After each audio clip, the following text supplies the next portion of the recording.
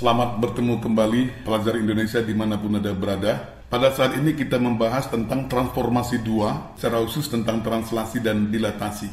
Ada beberapa hal yang kita bahas pada kesempatan ini. Yang pertama, prinsip dasar pada translasi. Yang kedua, translasi pada koordinat kartesius. Yang ketiga, dua translasi atau lebih dapat diwakili oleh sebuah translasi tunggal. Yang keempat, dilatasi pada bidang. Yang kelima, dilatasi dengan pusat O 0,0 pada bidang kartesius. Yang keenam, dilatasi dengan pusat titik A, A, B pada bidang kartesius. Yang ketujuh, rangkuman. Dan yang kedelapan, beberapa soal sebagai umpan balik.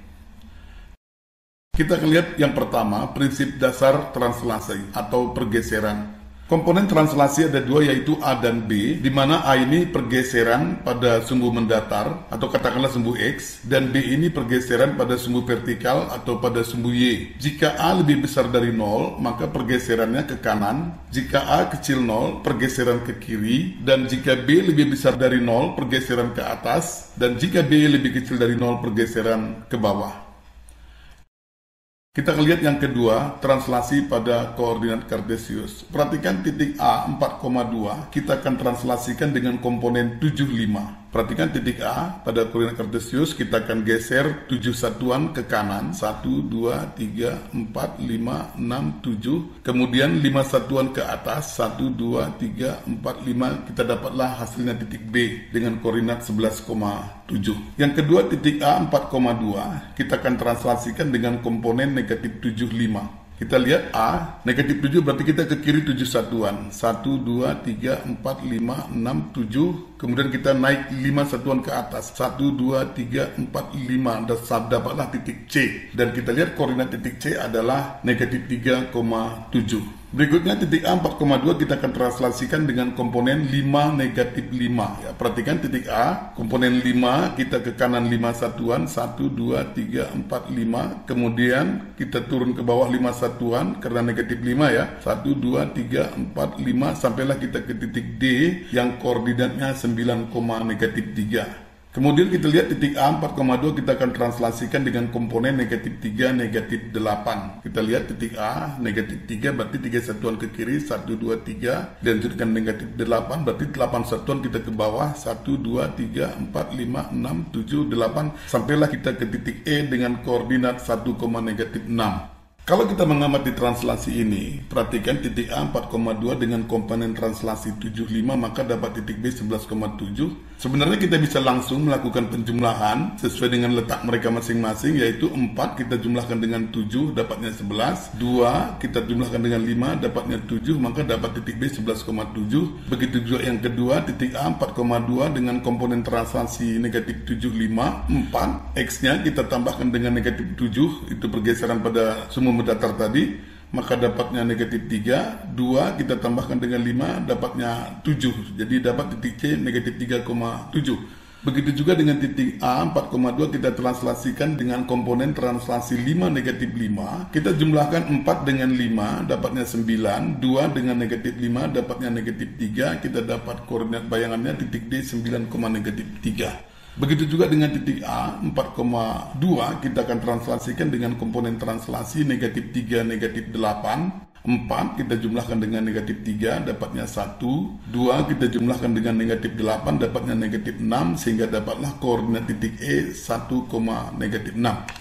Dengan memperhatikan hal-hal di atas, dapat kita simpulkan bahwa jika titik P, X, Y ditranslasikan dengan komponen AB, maka kita dapat bayangannya P aksen, X tambah A, Y tambah B. Baiklah, kita masuk ke topik yang ketiga. Dua translasi atau lebih dapat diwakili oleh translasi tunggal. Kita lihat pada contohnya pada diagram kartesius, titik A dengan koordinat 3,1 kita coba melakukan translasi 3 kali berturut-turut. Translasi pertama dengan komponen 42, maka kita dapat hasilnya A aksen dengan koordinat 7,3. Ini kita translasikan lagi dengan komponen 35, maka kita dapat A di aksen dengan koordinat 10,8. Kita translasikan lagi dengan komponen 2 negatif 6, maka kita dapat A tri aksen ya, dengan koordinat 12,2. Oke, ini kita sudah melakukan 3 translasi betul-betul. Sekarang kita coba dengan cara lain. Ketiga translasi tersebut kita jumlahkan dengan unsur-unsur yang seletak. Kita lihat translasi pertama dengan komponen 42, kita jumlahkan dengan translasi kedua dengan komponen 35, kita jumlahkan dengan translasi ketiga dengan komponen 2 negatif 6. Ya, kita dapat 4 tambah 3 tambah 2 sama dengan 9, dan 2 tambah 5 tambah negatif 6 kita dapat 1. Jadi komponen translasi tunggal yang mewakili ketiga translasi adalah 91. Sekarang kita coba melakukan translasi titik A 3,1 dengan translasi tunggal 91, maka kita dapat A 3 tambah 9 12, 1 tambah 1 2, maka kita dapat bayangan akhirnya A3 aksennya 12,2. Jadi di sini bisa kita lihat bahwa dua translasi atau lebih dapat diwakili oleh sebuah translasi tunggal dengan menjumlahkan komponen-komponen translasi tersebut pada posisi yang seletak. Kita masuk yang keempat, yaitu dilatasi pada bidang. Bagaimana kita tahu dilatasi itu adalah perkalian. Perkalian itu ya bisa semakin besar, bisa semakin kecil. Mungkin ini juga konsep ini digunakan pada mikroskop. Benda-benda kecil bisa diperbesar ratusan ribuan kali. Begitu juga faktor skala kita lihat, sehingga gambar daerah yang luas bisa digambar pada daerah yang sempit. Katakanlah Pulau Sumatera bisa digambar hanya pada selembar kertas. Tentu ini dengan menggunakan konsep skala. Sekarang kita lihat dilatasi pada bidang. Ya. Perhatikan segitiga ABC dengan titik O, kita akan melakukan banyak perkalian di sini. Yang pertama, segitiga ABC kita akan dilatasikan dengan pusat O dengan faktor skala setengah. Maka kita dapat segitiga KLM. Segitiga KLM dengan panjang OK setengah dari OA sebagai asalnya, dan panjang OL setengah dari OB, dan panjang OM setengah dari OC. Ya, yang kedua segitiga ABC kita akan dilatasikan dengan pusat O dengan faktor skala 1,5 atau 3/2. Maka kita dapat segitiga EFG, sehingga panjang OE 3/2 atau 1,5 dari panjang OA. Panjang OF juga 3/2 dari OB. Panjang OG juga 3/2 dari OC. Selanjutnya segitiga BC kita akan dilatasikan ya, dengan pusat O dan faktor skala 2. Maka kita dapat segitiga HIJ, sehingga jarak O ke H sama dengan 2 kali OA. Jarak O ke I sama dengan 2 kali OB. Jarak OJ sama dengan 2 kali OC. Oke, ini faktornya yang positif semua ya, bayangannya ke kanan semua. Sekarang kita lihat ada dilatasi segitiga BC dengan pusat O dengan faktor skala negatif setengah. Maka kita dapat bayangannya segitiga PQR, sehingga panjang OP setengah dari O, negatif setengah dari OA, dan panjang OQ ya negatif setengah dari OB. Panjang OR negatif setengah dari OC. Kita buat negatif ini hanya sekedar menunjukkan arahnya ya. Sebenarnya yang berlawanan arah dengan ruas garis semula. Katakanlah OP itu berlawanan arah dengan OA ya, meskipun kita tahu panjang garis tidak akan pernah negatif. Selanjutnya kita lihat segitiga ABC didilatasi dengan pusat O dengan faktor skala negatif 1, kita dapat bayangannya segitiga STU, sehingga panjang OS sama dengan negatif OA. Panjang OT negatif OB, panjang ON negatif OC. Sekali lagi, tanda negatif ini hanya sekedar menunjukkan arah yang berlawanan ya. Tidak ada hubungannya dengan panjang garis. Tentu panjang OS sama dengan panjang OA, panjang OT sama dengan panjang OB. Tanda negatif hanya menunjukkan arah yang berlawanan dengan posisi semula. Selanjutnya kita lihat segitiga ABC, kita dilatasikan dengan pusat O dengan faktor skala negatif 1,5 atau negatif 3/2. Maka kita dapat bayangannya segitiga VWX, sehingga panjang OV sama dengan 3/2 dari panjang OA. Panjang OW 3/2 atau katakanlah negatif 3/2 dari panjang OB, dan panjang OX negatif 3/2 dari panjang OC.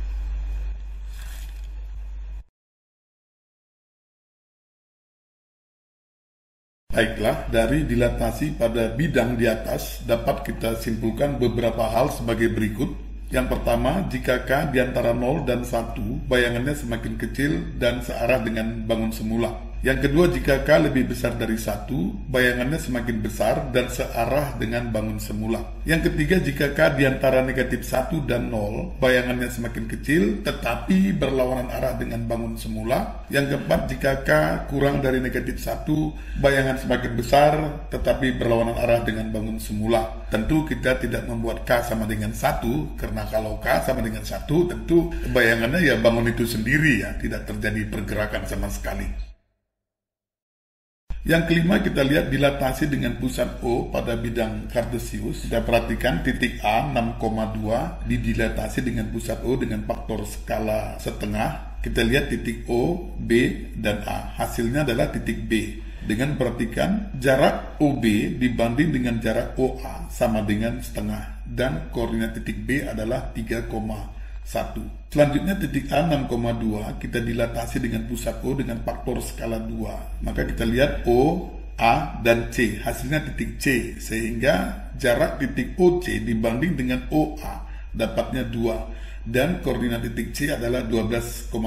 Selanjutnya titik A 6,2 kita dilatasi dengan pusat O dengan faktor skala negatif 1. Perhatikan titik A, O, dan D dapatnya adalah titik D, sehingga jarak titik OD dibanding dengan OA dapatnya negatif 1. Dan koordinat titik D adalah negatif 6,2. Kemudian perhatikan titik P 4,3 didilatasi dengan pusat O dengan faktor skala 3. Perhatikan titik O, P, dan Q. Hasilnya adalah titik Q, sehingga jarak titik O ke Q dibanding dengan jarak titik O ke P adalah sama dengan 3. Dan koordinat titik Q adalah 12,9. Kemudian titik X 4,6 didilatasi dengan pusat O dengan faktor skala 3/2. Perhatikan O, X, Y, hasilnya titik Y, sehingga jarak titik O ke Y dibanding dengan O ke X dapatnya 3/2 atau 1,5. Dan koordinat titik Y adalah 6,9. Dengan memperhatikan titik asal dan hasil dilatasi seperti A 6,2, hasilnya titik B 3,1, cukup dengan mengalihkan faktor skalanya saja dengan koordinat titik A. 6 kali setengah 3, 2 kali setengah sama dengan 1, maka kita dapat titik B 3,1. Begitu juga titik A 6,2 didilatasi dengan pusat O dengan faktor skala 2. 6 kali 2, 12, 2 kali 2, 4, maka dapat bayangannya titik C 12,4. Sehingga demikian dan seterusnya, sehingga dapat kita simpulkan bahwa jika titik P, X, Y didilatasi dengan pusat O dan faktor skala K, maka dapatlah bayangannya P aksen KX, KY. Selanjutnya kita lanjutkan pada poin yang ke-6, dilatasi dengan pusat A, B pada bidang kartesius. Perhatikan titik R dengan koordinat 9,4, kita akan dilatasikan dengan pusat A 5,3 dengan faktor skala 2. Perhatikan titik A, R, dan S, hasilnya titik S, sehingga jarak titik A ke S dibanding dengan jarak titik A ke R hasilnya adalah 2, dan koordinat titik S adalah 13,5.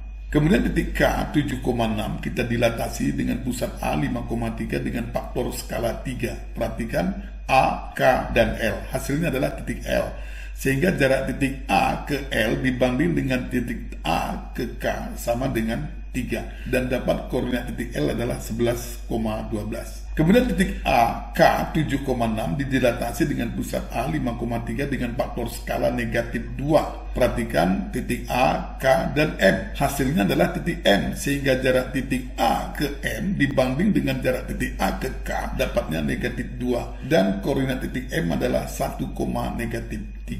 Perhatikan titik P 9,1 didilatasi dengan pusat A 5,3 dengan faktor skala negatif 1. Perhatikan titik P, A, dan Q. Hasilnya adalah titik Q, sehingga jarak titik A ke Q dibanding dengan jarak titik A ke P dapatnya negatif 1, dan koordinat titik Q adalah 1,5. Dengan memperhatikan titik R dan hasilnya titik Q 13,5, kita bisa menyimpulkan bahwa jika titik P, X, Y didilatasi dengan pusat A, A, B dengan faktor skala K, maka dapatnya P aksen, di mana X-nya itu K dalam kurung X kurang A tambah A, dan Y-nya adalah K kali Y kurang B dalam kurung tambah B. Kalau kita perhatikan di atas, A, B-nya 5,3, X, Y-nya 9,4, dan faktor skalanya K2, sehingga bayangan dari titik 9,4 itu adalah 2 kali dalam kurung 9 kurang 5 tambah 5, 2 kali 4 kurang 3 dalam kurung tambah 3. Maka kita dapat 2 kali 4, 8 tambah 5, 13. 2 kali 1, 2 tambah 3, 5. Dapatlah 13,5. Demikian. Namun kami tidak menganjurkan kepada para siswa untuk menghafal rumus ini. Sebaiknya kalau ada persoalan seperti ini, cukup kita buat konsepnya di atas oret-oret, di atas kertas, lakukan dilatasi seperti di atas, maka Anda akan dapat menentukan jawabannya dengan mudah. Demikian ya.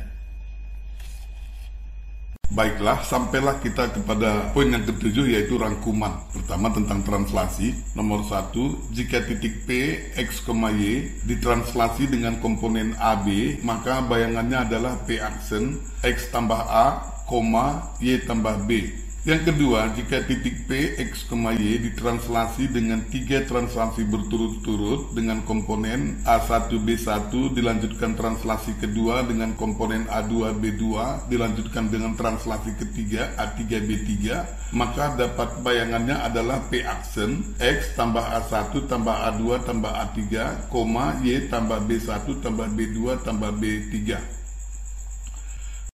Selanjutnya kita lihat tentang dilatasi. Yang pertama, dilatasi pada bidang. Jika K di antara 0 dan 1, bayangannya diperkecil searah dengan bangun semula. Jika K lebih besar dari 1, bayangan diperbesar searah dengan bangun semula. Jika K di antara negatif 1 dan 0, bayangan diperkecil dan berlawanan arah dengan bangun semula. Jika K lebih kecil dari negatif 1, bayangan diperbesar berlawanan arah dengan bangun yang semula.